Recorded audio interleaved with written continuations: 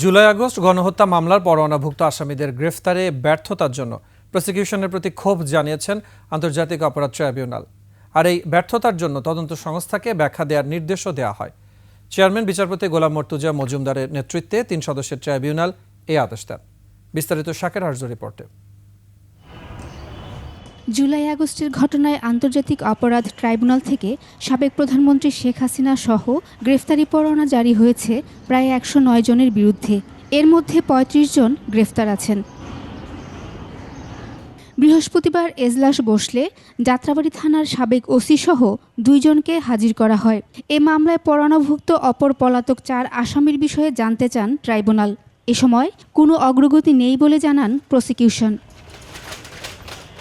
সে সময় পরোয়ানাভুক্ত আসামি গ্রেফতারে পুলিশের ভূমিকা নিয়ে প্রশ্ন তুলেন ট্রাইব্যুনাল।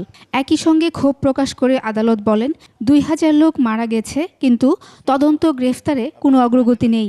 তবে বের হয়ে প্রসিকিউশনের পক্ষ থেকে এসব বিষয়ে কথা বলতে চাননি। ট্রাইব্যুনাল তো আপনারা যে ছিলেন সেটা শুনেছেন। আমরা অতিরিক্ত এই বিষয়ে ট্রাইব্যুনালের সাথে আমাদের যে কথোপকথন হয়েছে বা ওনারা কি কোয়ারি করেছেন সেটা যদি আপনারা শুনে থাকেন সেটা আপনারা নিজ দায়িত্বে প্রকাশ করতে পারেন, তবে আমরা এই বিষয়টা বলবো। এজলাসে ট্রাইব্যুনালের প্রশ্নের জবাবে প্রসিকিউশন জানায়, তদন্ত সংস্থা সময়মতো প্রতিবেদন দাখিল করছে না। পরে তদন্ত প্রতিবেদন জমাদানে ব্যর্থতায় ব্যাখ্যা দেওয়ার নির্দেশ দেন ট্রাইব্যুনাল। যে এক্সিকিউশনটা কার্যকর হয় নাই সেটা যেন হয় দ্রুত, সেই ব্যবস্থা নিতে উনি অনুরোধ আমাদেরকে বলেছেন।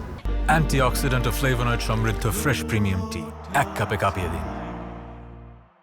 একই সঙ্গে প্রসিকিউশনের আবেদনের প্রেক্ষিতে জুলাই আগস্টের ঘটনায় কোনো স্থান জব্দ ও বস্তু পরীক্ষা করতে পারবে তদন্ত সংস্থা, এমন আদেশ দেন ট্রাইব্যুনাল।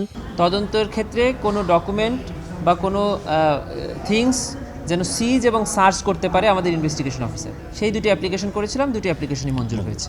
জুলাই আগস্টের ঘটনায় আরও ৩ জনের বিরুদ্ধে গ্রেফতারি পরোয়ানা জারি করেছে ট্রাইব্যুনাল।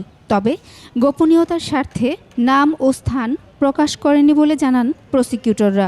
ইনভেস্টিগেশন এর বিষয়ে বা ওয়ারেন্টের বিষয়ে ট্রাইব্যুনাল এবং প্রসিকিউশনে যে কথাবার্তাগুলো হচ্ছে এগুলা ওপেনলি বলার প্রয়োজনীয়তা আছে বলে আমি মনে করি না। এদিকে জুলাই আগস্ট আন্দোলনে যাত্রাবাড়ীতে ইমাম হোসেন তাইম হত্যার অভিযোগে যাত্রাবাড়ী থানার সাবেক ওসি আবুল হাসান ও এসি তানজিল আহমেদের বিষয়ে পরবর্তী তদন্ত প্রতিবেদন ৬ এপ্রিল দাখিলের নির্দেশ দিয়েছে ট্রাইব্যুনাল।